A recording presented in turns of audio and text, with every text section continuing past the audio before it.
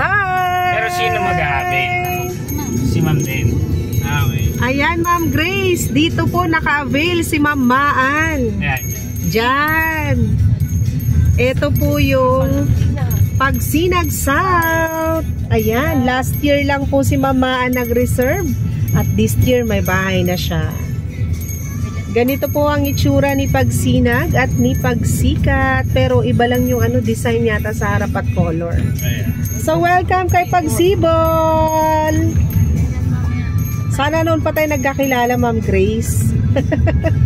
Para may unit ka na dyan, no? So pupunta tayo ngayon sa model house ni Pagsibol. May kita natin kung gaano siya kaganda.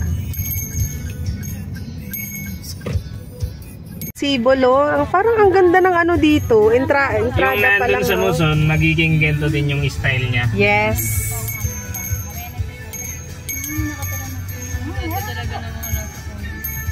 Ito pwede lang. Mali itong yung number 4. Number 4. Nilipat lang ako ng kasi double. Okay, so bababa na kami dito.